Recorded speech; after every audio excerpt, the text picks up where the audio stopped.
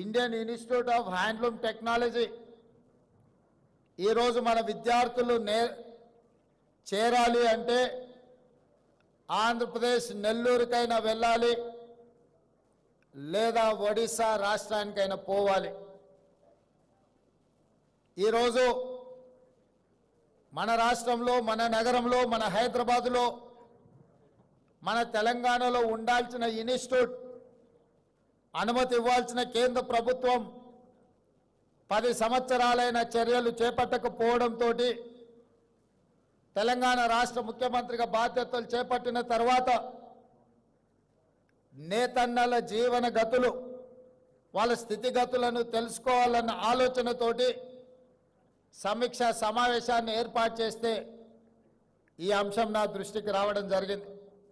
తక్షణమే నేను ఉప ముఖ్యమంత్రి బట్టి విక్రమార్క గారు ఢిల్లీకి వెళ్ళి మోడీని కలిసి విజ్ఞప్తి చేసి ఆ తర్వాత కేంద్ర మంత్రివర్యులు పీయూష్ గోయల్ గారిని కలిసి ఈనాడు మా రాష్ట్రంలో ఇండియన్ ఇన్స్టిట్యూట్ ఆఫ్ హ్యాండ్లూమ్ టెక్నాలజీలో చేరాలి అనుకుంటే సుదూర ప్రాంతమైన ఆంధ్రప్రదేశ్ నెల్లూరుకు వెళ్ళాలి లేదా ఒడిశా రాష్ట్రానికి వెళ్ళాలి.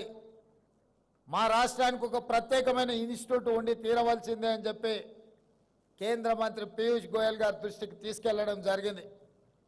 వారు కూడా రాజకీయాలకు అతీతంగా ముందుకొచ్చి నిజంగానే హైదరాబాదు అభివృద్ధి చెందిన నగరం, దేశంలోనే 5 మెట్రోపాలిటన్ సిటీస్ ఉంటే ఢిల్లీ, ముంబై, చెన్నై, బెంగళూరు వీటితో పోటీ పడే నగరం హైదరాబాదు తెలంగాణలో ఉంది. తెలంగాణలో ఐఐఎస్టీ ఉండాల్సిందే, మంజూరు చేస్తున్నామని చెప్పి వారు తక్షణమే మంజూరు చేసి తెలంగాణ రాష్ట్రం యొక్క విజ్ఞాపనను వారు ఆమోదించారు. ఎంబడే నేను అధికారులను పిలిచి మంత్రి గారిని కోరి ఈ సంవత్సరమే, వాళ్ళ సమయం వృధా కాకూడదు, పిల్లలను ఈ సంవత్సరంలోనే వాళ్ళని చేర్పించుకోవాలి. ఎక్కడ ఏర్పాటు చేద్దాం కాలేజీ అని అంటే, కాలేజీ బంగ్లాలు ఇప్పటికిప్పుడు అంటే కష్టం కదా అంటే, నాంపల్లిలో ఉన్న తెలుగు అకాడమీ ఇక్కడ భవనం ఉన్నది అంటే ఎంబడే అక్కడ ఏర్పాటు చేసి మంచి కార్యక్రమాన్ని ఈ సంవత్సరమే మొదలు పెట్టండి అని చెప్పి వారికి ఆదేశాలు ఇవ్వడం జరిగింది. ఈరోజు డిగ్రీ సర్టిఫికెట్లు తీసుకొని పిల్లలు బయటకు వస్తున్నారు, కానీ సాంకేతిక నైపుణ్యం లేకపోవడం వల్ల ఉద్యోగ ఉపాధి అవకాశాలు సన్నగిల్లిపోతున్న తరుణంలో తెలంగాణ రాష్ట్ర ప్రభుత్వం ఆలోచన చేసి సాంకేతిక నైపుణ్యాన్ని పెంపొందించాలి, నిరుద్యోగ యువకులకు ఉద్యోగ ఉపాధి అవకాశాలు కల్పించాలి అని మొన్న జరిగిన శాసనసభలో కొత్త శాసనం చేసి యంగ్ ఇండియా స్కిల్స్ యూనివర్సిటీని ఈరోజు 4th సిటీలో నిర్మించాలి అని 60 ఎకరాల స్థలాన్ని కేటాయించి దాదాపుగా 200 నుంచి 300 కోట్ల రూపాయలైన యూనివర్సిటీ నిర్మాణానికి నిధులకు ఎలాంటి ఇబ్బంది లేకుండా ఏర్పాటు చేయడం జరిగింది. పనులను ప్రారంభించుకోవడం జరిగింది. జాతీయ స్థాయిలోనే గుర్తింపు పొందే యంగ్ ఇండియా స్కిల్స్ యూనివర్సిటీలోనే మా నేతన్న పిల్లలు వృత్తి నైపుణ్యం నేర్చుకోవాలి. వచ్చే సంవత్సరం నుంచి కళాశాలను అక్కడ ప్రారంభించడం ద్వారా అంతర్జాతీయ స్థాయిలో ఐఐహెచ్టికి గుర్తింపు తీసుకురావాలి అని ఈరోజు మన ప్రభుత్వం నిర్ణయం తీసుకున్నది.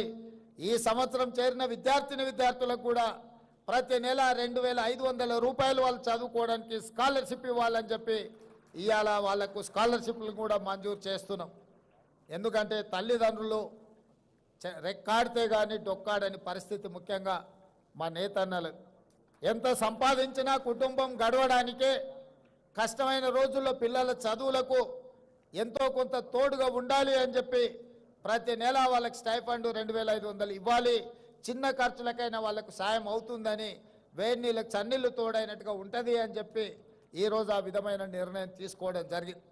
అదేవిధంగా మీకు సంబంధించిన నిధులు కూడా 290 కోట్ల రూపాయలు ఇవాళ నేతన్న కార్మికులకు ఈరోజు ఇక్కడ మీ అందరి సమక్షంలో ఆ చెక్కు ఇవ్వడం ద్వారా ఈ సంతోషంలో మీతో భాగస్వామ్యం కావాలి అని రాష్ట్ర ప్రభుత్వం నిర్ణయం తీసుకోవడం జరిగింది.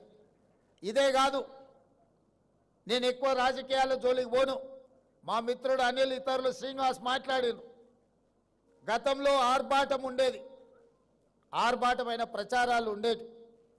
దానికి సినీ తలుపు బెలుకులు కూడా ఆనాడు ప్రచారంలో ఉపయోగపడ్డాయి. కానీ చేనేత కార్మికుల యొక్క జీవన విధానంలో మార్పు రాలేదు. వాళ్ళ ఆత్మహత్యలు ఆగలేదు. వాళ్ళు ఆత్మ గౌరవంతో బ్రతికే పరిస్థితి కనిపించలేదు. అందుకే ఈ ప్రభుత్వం ఆలోచన చేసి ఆనాడు బతుకమ్మ చీరలు సిరిసిల్లకి ఇచ్చిన చీరలు ఇచ్చిండు, కానీ నేసిన ఆ కార్మికులకు నిధులు విడుదల చేయలే. ఆయన బకాయి పెట్టిన సిరిసిల్ల నేతన్నల బకాయిలు కూడా తుమ్మల నాగేశ్వరరావు గారు మంత్రి అయినాక వారు నా దృష్టికి తీసుకొస్తే నేను ఆ నిధులను విడుదల చేసి రాజకీయాలకు అతీతంగా సిరిసిల్లలో ఉన్న కార్మికులను కూడా ఆదుకోవడానికి కోట్ల రూపాయల నిధులను విడుదల చేయడం జరిగింది. మా ప్రిన్సిపల్ సెక్రటరీ గారు